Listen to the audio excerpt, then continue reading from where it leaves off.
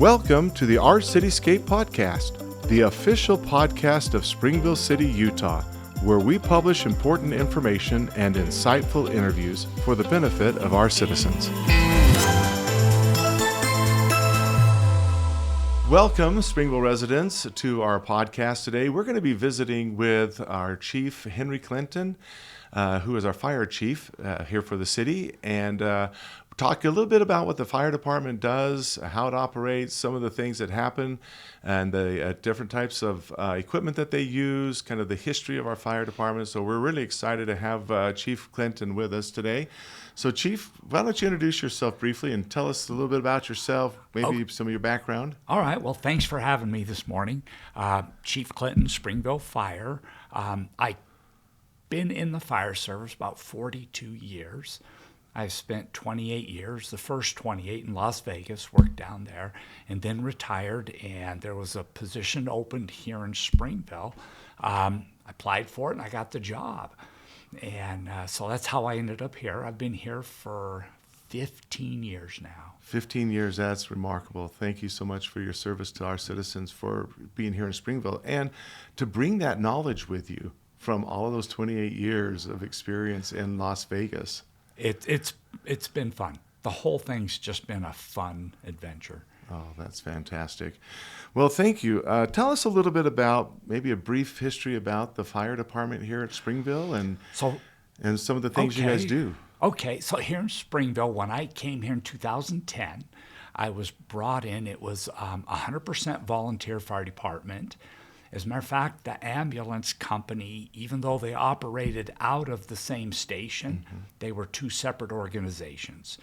The fire department was separate and the ambulance company was separate. Oh, so we had two separate entities, although it looked like one. Yeah. Okay. Yeah. One of my assignments was to unite them, bring them together, make it one organization, and do fire and EMS out of the one fire department. So you were responsible for bringing that group together to what we have today. Yeah, and honestly, it was easier than I thought it was going to be. You hear stories of how hard it was, and the volunteers and the ambulance volunteers were eager to improve the service level to the city by combining both, and it was not that hard. It was actually a pretty smooth transition. Oh, that's fantastic. Truly, that is incredible. So tell us a little bit about what has happened since you brought those two together, because I know you were all volunteer, but today looks very different with what we do in our fire department. I was just talking to my assistant chief that today's fire department isn't even close to what it used to be. Totally different. It's evolved over the years, and we are different than we used to be then. It was 100% volunteer. We did do both fire and EMS. That's the same today. But today, instead of waiting for volunteers to show up at the station, they live at the station. So we're 24/7. We have firefighters in the station 24 hours a day, which really increases our service level by reducing our response time, getting us to your house quicker. Whether it's a fire problem or an EMS problem, we're there a lot faster than we ever used to be. And the term EMS is referring to the ambulance service, paramedics, and Yeah, even though firemen do emergency medical services, they're dual trained. And another thing we do is patient transportation. So a while back, we did a survey and found out that most of the public didn't realize that it's their fire department that provides the ambulance service. And in addition to the ambulance service, we also transport people to the hospital when they need to go. So I appreciate the opportunity to share that again. Oh, that's great. Yeah, that when you call 911, it's police and fire, right, and medical, and we do the. So we have the full gamut of services right here under the city. Yeah. That is a great service that we provide for our citizens, and I love the fact that we went 24/7, so that we have now firemen living at the station, Yeah. fire workers that live at the station. So I know, just because of a little bit about helping during that process when they came on full time, that they work 48-hour shifts Yes. straight, and then they're off for 96 hours, and so you have 3 teams Yeah. that rotate through that. Yeah, it takes, we have 6 on duty every day is our goal. And so that takes 18 firefighters to make that rotation work. And it's a 56-hour work week. That's the industry standard. And to get that, we work 2 days in a row. So they're at the station for 48 hours straight. Then they go home, and then they come back and do it again. Yeah, that is something else. That's dedication on the part of our firefighters and EMT employees Yeah. of the city. That is great. Tell me a little bit about kind of where we've come since the 1800s, when we first became, or at least the last 100 years as a fire department. Because I know one of the coolest things that we see when we can come to the fire station, number 41, is a really old fire truck. Oh, yeah, we have one of the original fire engines still sitting in the showroom at the station. It was fully functional until we had some transmission problems, but we're getting that fixed. Yeah, 1937. It's older than I am. Wow.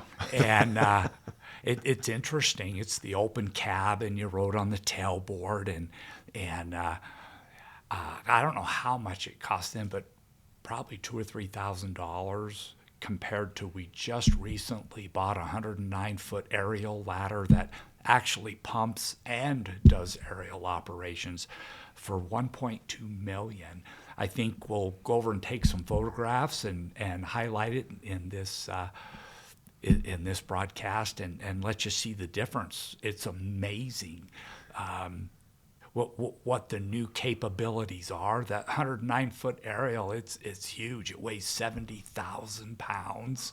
Wow. It carries 500 gallons of water, and it can do both firefighting and what we call aerial rooftop operations.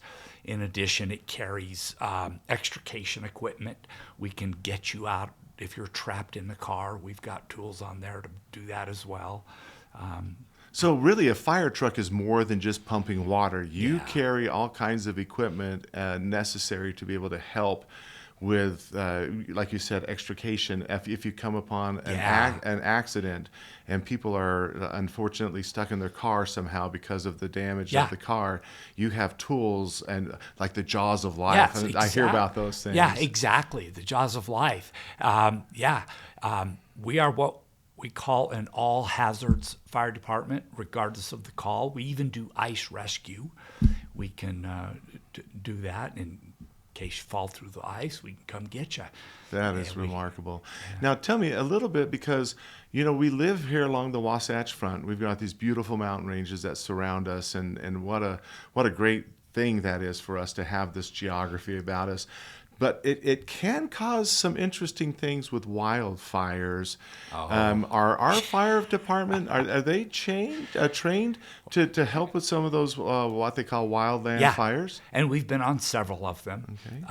The Bald Mountain Fire, one of the largest wildland fires in the history of the state of Utah, we were on that one. Our assignment was we picked up the Woodland Hills assignment. We protected the Woodland Hills area during that fire. But yeah, we're trained in wildland as well. It's quite the gamut. We have to be able to fight structure fires, house fires, wildland fires, and we should do it all. And on top of that, you have paramedics and advanced EMT specialists and basic EMT specialists. That's a good point. I'm glad you brought that up. We provide the highest level of emergency medical service that there is, which is paramedic level. I think we're doing the community of Springville a great service. Yeah, we are fortunate to have such dedicated firefighters and EMT specialists. Now, we talked a little bit about some of the fire equipment. Tell us a little bit about the ambulances. What are they equipped with? Oh my gosh. It's interesting. So, an ambulance, we carry all the equipment. Say you have a heart attack, we carry the exact same equipment that you would get in the ER, in the emergency room at a hospital. So we bring that to your house. We can defibrillate your heart. We've got brand new equipment that can actually mechanically do CPR while we work on you and administer drugs and try to bring that patient back. So in so many ways, you are almost like an ER on wheels, including a small type of a pharmacy for certain types of drugs that would be necessary to help sustain or get the person from their location where the incident happened over to a hospital. Right, exactly. That is remarkable. So lots of training. Yeah. So our firefighters just aren't sitting around doing nothing. They have to go through trainings and keep those trainings going, and of course their physical shape just to be able to tackle whatever comes their way. Yeah, we have, now that you bring it up, we have physical requirements each firefighter has to meet every year in order to maintain their position on the fire department. Training is a huge issue. One of the questions people ask a lot is, what do you guys do besides fighting fires and saving lives? Right. And having our equipment be ready, training is huge. They have to do 240 hours of training a year in order to maintain their certification just for fire. And then the EMS is about the same side, same amount of training. A lot of training and a lot of equipment maintenance, hose testing, hydrant testing. We have to test all our ladders to make sure they can withstand the punishment of a firefight. We're busy. We're busy.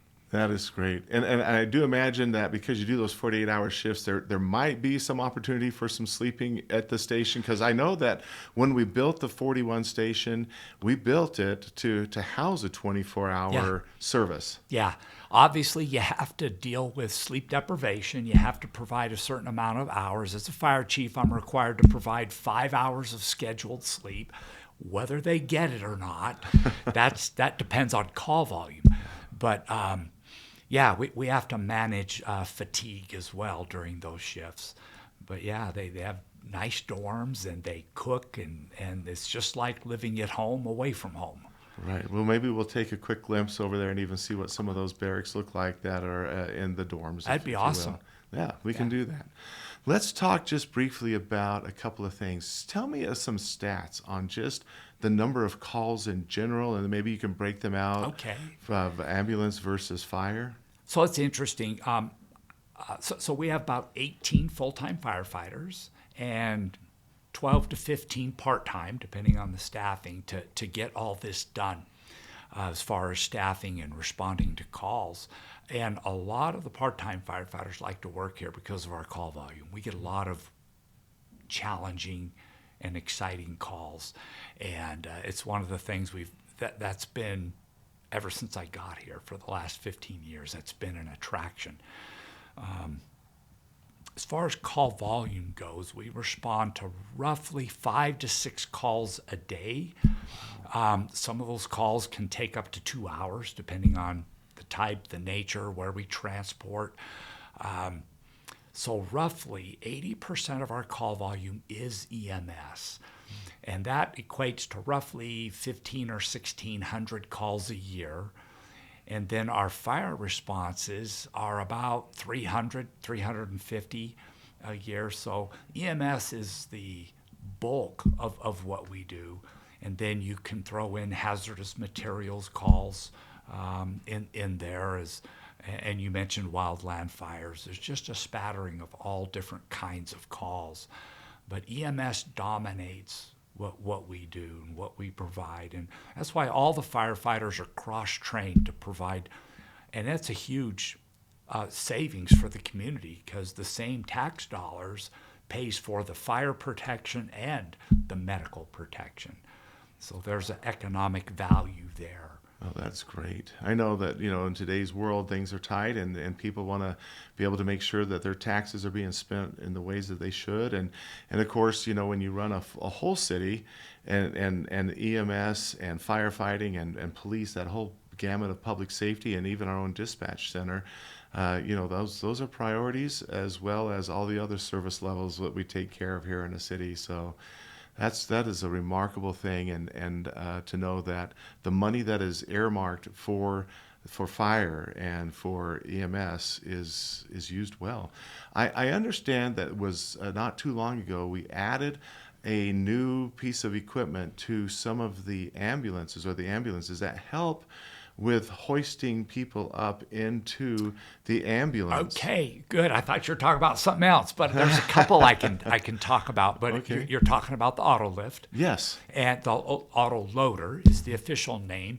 And one of the major injuries that we have to firefighters is lifting patients, and that can be a difficult task at times. It could be hard. The surfaces can be slippery, icy, can be precarious as far as lifting goes. So back injuries are probably our number one injury we deal with firefighters, and that auto loader takes that strain off that So medic. it's a great preventer, or Yeah. it helps reduce the risk. Yeah.